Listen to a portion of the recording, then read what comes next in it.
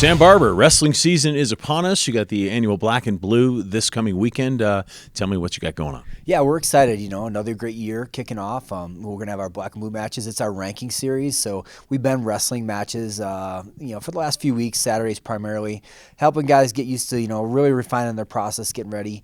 This ranking series match, it's a little bit of a competition symbolization and kind of gives us an idea of like where we kind of sit, like 1 through 3, 4 is some of our weight classes. But excited about having the guys get out of the wrestling room, get up into a competition venue, strap on the singlet, go through the process of, going through skin checks, weigh-ins, warm up, putting nutrition, hydration back into your body after you're getting down the weight a little bit, and then going out and, kind of blowing your lungs out and getting those first competition jitters out of the way and getting ready to go. So it's a good event for us. Be 9 o'clock on Saturday. It's going to be in the cadet gym and I think the center gym, I believe. So you can come check that out. And then it's also going to be streamed. We're going to try and get that out a little bit and let you know which guys going to be wrestling on what mats, especially specifically for our parents. But we'll probably be using our social media platforms, either Instagram or Facebook, to stream that stuff and get it out so people can watch and just get their first look at the Air Force Falcons for the 24-25 season. That's awesome. You got some big names that won't be back this year, unfortunately. Yeah. How's the team shaping up?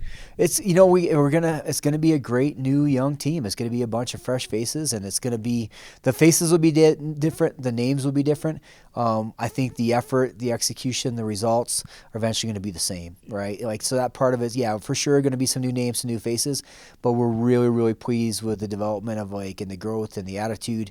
And one thing that doesn't graduate in our program or has not graduated has been culture.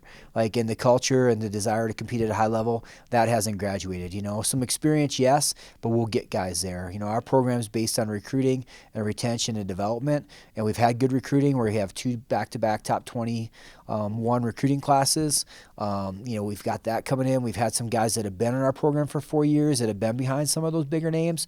Those guys have been growing and developing during that time, and they're finally ready to get their opportunity to go out and do some great things. And we just got a good culture of doing hard things and putting the work in and doing what's required to compete at the highest level, to get on the podium at the Big 12s and get to the NCAAs. So, again, names will look different, faces will be a little bit different, but it's going to be the same product on the mat. Black and Blue, you mentioned top 4s or wrestling against you. How set are you in your weight classes? We're not set at all. Again, I think with this new team, and it's going to be a process for us. We feel like it's going to take us till January really to kind of, refine and define what our lineup's going to look like. We want guys to go out and compete.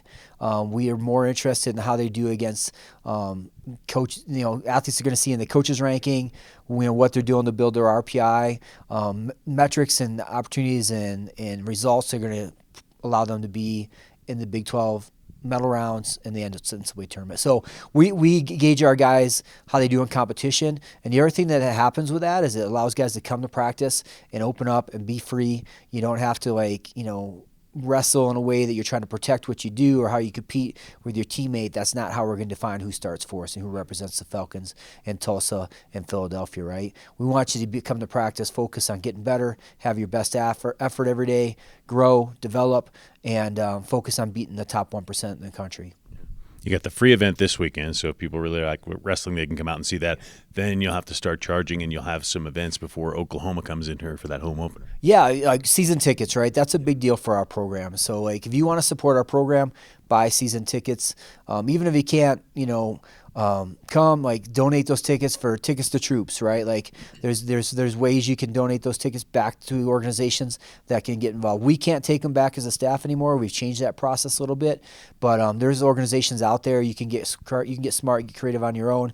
If you want to buy season tickets and support our program, that's huge. We do have a program goal of averaging 1,000 people at every single dual meet. We're going to have 5 of those. So, if you want to be part of us building our program, our brand, and creating a great environment for for our cadet athletes to compete in, like buy a ticket, come watch us wrestle. It's going to be some great wrestling. Again, you're going to see different names, different faces, but the same hard fought, same intensity, the same effort and execution on the mat. And we're going to bring in some of the best teams in the country. You know, we're in the Big 12 conference. It's arguably the top conference in the country right now. We're catching the Big 10.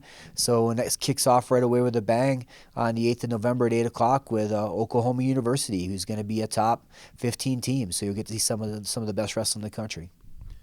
Final question I have for you is, are you more excited? Do you feel more infused just because, you know, you've kind of had some names that everybody knew and you knew what was coming, and now this year it's kind of, let's see what we have? I think for me, it's I try and keep it the same, right? You know, it's like I try and stay even keeled, and you know, I don't want to ride the wave or the roller coaster of like, you know, expectations. I've never been a big expectation guy, and I've always been process focused and result driven. Like we're always pursuing the result, but we've always tried to focus on the process. For me, I try not to let the results rob me of the joy of working at a great institution with great people, competing at a high level for a bigger mission of producing great officers for our Air and Space Force. So, you know, that's kind of what I focus on a day-to-day basis is like, hey, I get to go to work in an amazing place. You're driving up, you do it every day. You're driving up that hill, you're looking, you go past that V-52, you're seeing Eagles Peak, you're seeing the sun come up over the Rocky Mountains. You're driving up to this world-class institution. You come in here, you walk in the doors, you're seeing smiling faces of cadets that are here to be part of something bigger than themselves, pursuing excellence on and off the mat. You get to do it with great people in the athletic department at the institution. So that part, that's what fueled my fire, and it's that doesn't get old, and it's not tied to if you have a, you know, experienced team or inexperienced team, right? The mission doesn't change, and we're a mission first program, and we operate from our values, and when we stay to that, we produce championship results. So just, you know, I just love what I do, where I do it, and who I do it with. That's awesome. Sam Barber, thanks for the time. I appreciate you. Thanks.